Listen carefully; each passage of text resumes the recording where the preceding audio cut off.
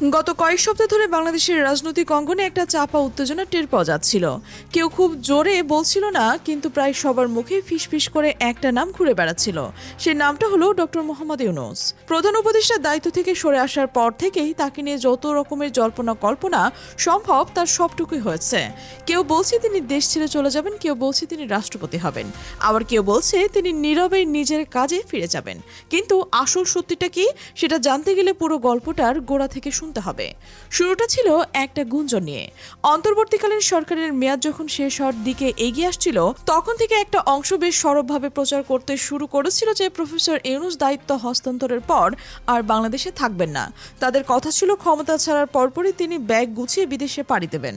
এই কথাটা কারা প্রথম ছড়িয়েছিল সেটা নিশ্চিতভাবে বলা কঠিন, তবে এতটুকু বলা যায় যে এই গুজব ছড়ানোর পেছনে একটা উদ্দেশ্য ছিল। উদ্দেশ্যটা ছিল প্রফেসর ইউনূসকে এমন একজন মানুষ হিসেবে দেখানো যিনি দেশের জন্য তেমন কিছুই করেননি, শুধু ক্ষমতার স্বাদ নিয়ে সুযোগ বুঝে বিদেশে পালিয়ে যাবেন। এই অপপ্রচারটা বেশ জোরে সোরে চলছিল। সামাজিক যোগাযোগ মাধ্যমে একের পর এক পোস্ট আসছিল। কেউ কেউ তো এতটাই এগিয়ে গিয়েছিলেন যে তারা দাবি করছিলেন প্রফেসর ইউনূসের বিমানের টিকিটও কাটা হয়ে গেছে। পুরো ব্যাপারটা এমনভাবে সাজানো ছিল যেন মানুষ বিশ্বাস করতে বাধ্য হয় যে হ্যাঁ, তিনি সত্যি চলে যাচ্ছেন। কিন্তু এরপর ঘটল সেই ঘটনাটা যেটা অনেকটাই থামিয়ে দিল। প্রধান উপদেষ্টার দায়িত্ব থেকে আনুষ্ঠানিকভাবে সরে আসার পর ডক্টর মোহাম্মদ ইউনূস নিজে একটা ঘোষণা দিলেন। সেই ঘোষণায় তিনি স্পষ্ট ভাষায় বললেন, এই দেশে আমার জন্ম, এই দেশে হবে আমার মৃত্যু। এই একটা বাক্য দিয়ে তিনি সব গুজবের মুখে তালা লাগিয়ে দিলেন। যারা বলছিলেন তিনি দেশ ছেড়ে চলে যাবেন, তাদের মুখে আর কোনো ভাষাই রইল না।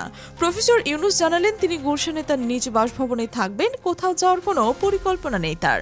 বাংলাদেশ তার ঠিকানা, বাংলাদেশই তার শেষ গন্তব্য। এই ঘোষণার পর দেশ জুড়ে একটা স্বস্তির নিঃশ্বাস পড়ল ঠিকই, কিন্তু আরও একটা প্রশ্ন মাথায় চাড়া দিয়ে উঠল। সেই প্রশ্নটা ছিল, তাহলে প্রফেসর ইউনূস এখন কি করবেন? দায়িত্ব শেষ, দেশও ছাড়বেন না, তাহলে তার পরবর্তী পদক্ষেপটা কি? আর ঠিক এই জায়গাতেই গল্পটা আরও জটিল হয়ে গেল, কারণ এবার আরও একটা গুঞ্জন শুরু হলো। সেই গুঞ্জনটা আগের চেয়েও অনেক বেশি শক্তিশালী এবং অনেক বেশি চাঞ্চল্যকর।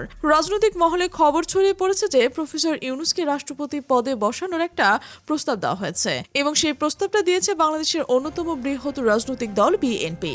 খবরটা প্রথমে সবার সামনে নিয়ে আসেন সুপ্রিম কোর্টের আইনজীবী অ্যাডভোকেট আবু হেনা রাজ্জাকী। তিনি যখন এই তথ্যটা জানালেন তখন রীতিমতো নড়েচড়ে বসলেন সবাই, কারণ এটা কোনো সাধারণ খবর ছিল না।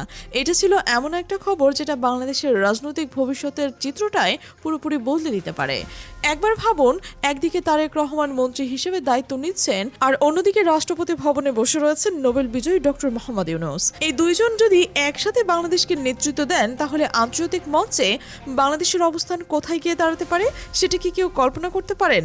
তারেক রহমান, যিনি বিএনপির ভারপ্রাপ্ত চেয়ারম্যান হিসেবে দলকে নেতৃত্ব দিয়ে আসছেন এবং যার রাজনৈতিক দূরদৃষ্টি নিয়ে অনেকে আশাবাদী, তার পাশে যদি প্রফেসর ইউনূসের মতো একজন আন্তর্জাতিক মানের সম্মানিত ব্যক্তি রাষ্ট্রপতি হিসেবে থাকেন, তাহলে দেশের সরকার সত্যি একটা প্রভাবশালী অবস্থানে পৌঁছে যেতে পারে। এটা শুধু কারো ব্যক্তিগত মতামত নয়, এটা অনেক রাজনৈতিক বিশ্লেষকই মনে করছেন। অ্যাডভোকেট আবু হেনা রাজ্জাকী যখন এই খবরটা সবার সামনে তুলে ধরলেন, তখন তিনি আরও একটা কথা বললেন যেটা সবাইকে থমকে দিল। তিনি বললেন, প্রফেসর ইউনূস নিজে এই প্রস্তাবে রাজি হননি, অর্থাৎ রাষ্ট্রপতি হওয়ার সুযোগ এসেছিল তার কাছে, কিন্তু তিনি নিজে থেকে সেটা প্রত্যাখ্যান করেছেন। এখানে আসে আসল চমকটা। একজন মানুষ যিনি চাইলেই দেশের সর্বোচ্চ পদে বসতে পারতেন, তিনি নিজেই সেই পথে হাঁটলেন না। কেন হাঁটলেন না, সেটা নিয়ে নানা মহলে নানা রকম বিশ্লেষণ চলছে। তবে এই খবরের সত্যতা নিয়ে অনেকেই প্রশ্ন তুলছেন। একটা অংশ বলছে অ্যাডভোকেট রাজ্জাকী যা বলেন সেটার কোনো প্রমাণ নেই, বিএনপি থেকে এই বিষয়ে কোনো আনুষ্ঠানিক বিবৃতি আসেনি, ফলে এই প্রস্তাবের ব্যাপারটা সত্যি নাকি গুজব সেটা নিশ্চিত করে বলা যাচ্ছে না। কিন্তু একটা জিনিস নিশ্চিত যে এই খবর মানুষের মধ্যে বেশ আলোড়ন সৃষ্টি করেছে।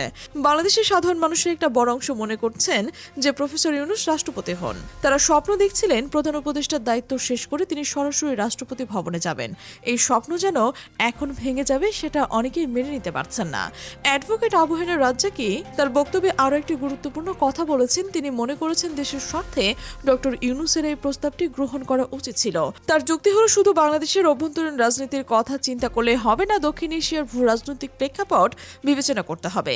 আন্তর্জাতিক পরিমণ্ডলে বাংলাদেশের অবস্থান কোথায় সেটা ভাবতে হবে। আর সময়ের বিচারে এই মুহূর্তে বাংলাদেশের এমন একজন রাষ্ট্রপতি দরকার যিনি বিশ্বের দরবারে দেশের হয়ে কথা বলতে পারবেন, দেশের ভাবমূর্তি উজ্জ্বল করতে পারবেন।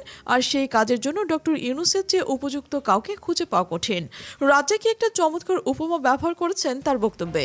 তিনি বলছেন, প্রফেসর ইউনূস রাষ্ট্রপতি হওয়া মানে পুরো দেশটা একটা আন্তর্জাতিক ছাতার নিচে থাকা। সেই ছাতা এতটাই মজবুত হতো যে অনেক বড় কোনো ঝড় এলেও সেটা বাংলাদেশ কাঁপাতে পারবে না। কথাটা শুনতে কিছুটা কাব্যিক মনে হলেও এর মধ্যে একটা গভীর সত্য লুকিয়ে রয়েছে। প্রফেসর ইউনূসের আন্তর্জাতিক গ্রহণযোগ্যতা এতটাই প্রবল যে তিনি রাষ্ট্রপতি পদে থাকলে দেশের বিরুদ্ধে কোনো আন্তর্জাতিক চাপ তৈরি করা কঠিন হয়ে পড়ত। বিশ্বের বড় বড় দেশগুলো বাংলাদেশকে অন্য চোখে দেখত। কূটনৈতিক সম্পর্কের ক্ষেত্রে বাংলাদেশ অনেক বেশি সুবিধাজনক অবস্থানে থাকত। কিন্তু গল্পটা এখানে শেষ নয়, কারণ প্রফেসর ইউনূস নিজে আগে থেকেই বলে রেখেছিলেন তিনি দায়িত্ব ছাড়ার পর কি করবেন। তিনি বেশ কয়েকবার স্পষ্ট করে জানিয়েছেন যে প্রধান উপদেষ্টার পদ থেকে সরে আসার পর তিনি তার পুরনো কাজে ফিরে যাবেন। আর তার সেই পুরনো কাজটা কি? আর সেটা হলো তার বিশ্বখ্যাত ইউনূস সেন্টারে বসে 3G থিওরি নিয়ে গবেষণা করা, সেই তত্ত্বকে বাস্তবে রূপ দেওয়ার চেষ্টা চালিয়ে যাওয়া। 3G থিওরি অর্থাৎ জিরো পভার্টি, জিরো আনএমপ্লয়মেন্ট এবং জিরো কার্বন এমিনেশন, এই তিনটি লক্ষ্য নিয়ে কাজ করা হলো তার জীবনের মূল উদ্দেশ্য। তিনি মনে করেছেন রাষ্ট্রপতি বা কোনো রাজনৈতিক পদে বসে যতটুকু কাজ করা যায় তার চেয়ে অনেক বেশি কাজ করা যায় সম্ভবত একজন স্বাধীন গবেষক এবং সমাজ উদ্যোক্তা হিসেবে। এখন প্রশ্ন হলো, প্রফেসর ইউনূস রাষ্ট্রপতি না হওয়াটা কি সঠিক সিদ্ধান্ত ছিল?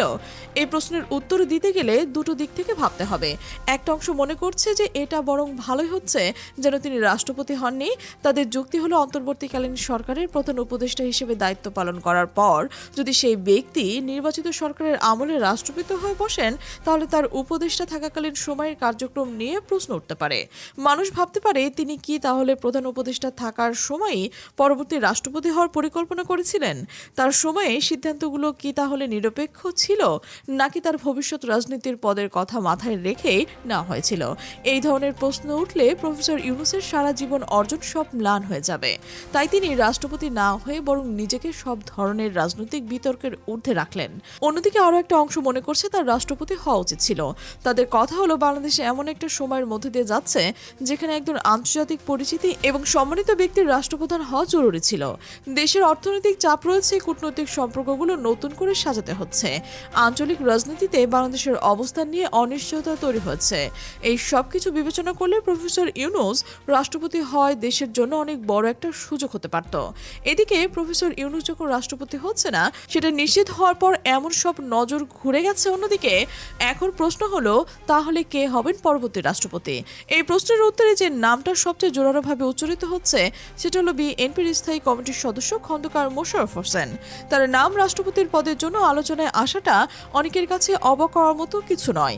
তিনি দীর্ঘদিন ধরে বিএনপির রাজনীতিতে সক্রিয় রয়েছেন। দলের ভেতরে আরও একটা শক্তিশালী অবস্থান রয়েছে, তবে তার রাষ্ট্রপতি হওয়ার নিশ্চিত কিনা সেটা এখনো পরিষ্কার নয়।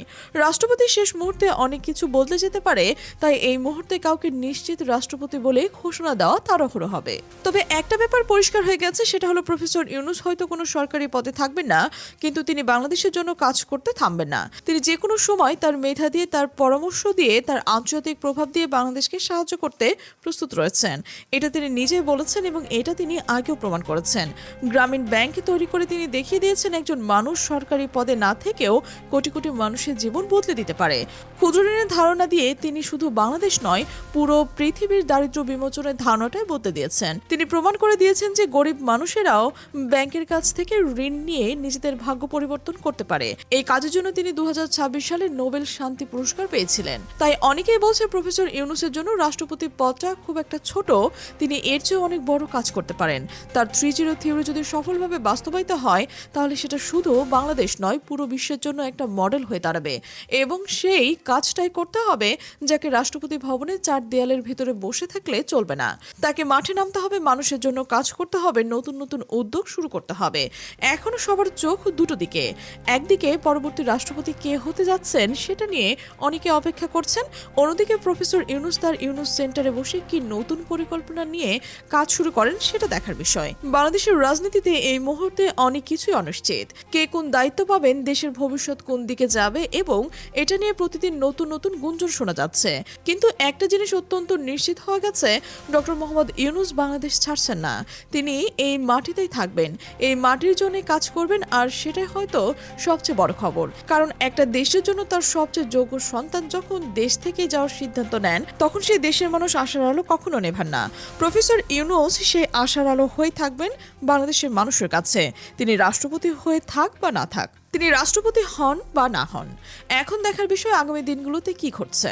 রাজনীতির মাঠে নতুন কোনো চমক আসে কিনা, খন্দকার মোশাররফ হোসেন কি সত্যি রাষ্ট্রপতি হবেন নাকি শেষ মুহূর্তে অন্য কেউ এসে যাবেন, আর প্রফেসর ইউনূস কি সত্যি শুধু তার গবেষণায় মনোযোগ দেবেন নাকি কোনো এক সময়ে আবার রাজনৈতিক মঞ্চে ফিরে আসবেন, এই প্রশ্নের উত্তর সময় বলে দেবে। তবে এই মুহূর্তে যতটুকু জানা যাচ্ছে তাতে একটা কথা বলা যায়, বাংলাদেশের রাজনীতিতে ডক্টর মোহাম্মদ ইউনূসের অধ্যায় এখনো শেষ হয়নি। হয়তো নতুন কোনো অধ্যায়ের শুরু এখান থেকেই হতে চলেছে, শুধু সেটা কেমন হবে সেটা এখনো কেউ জানে না।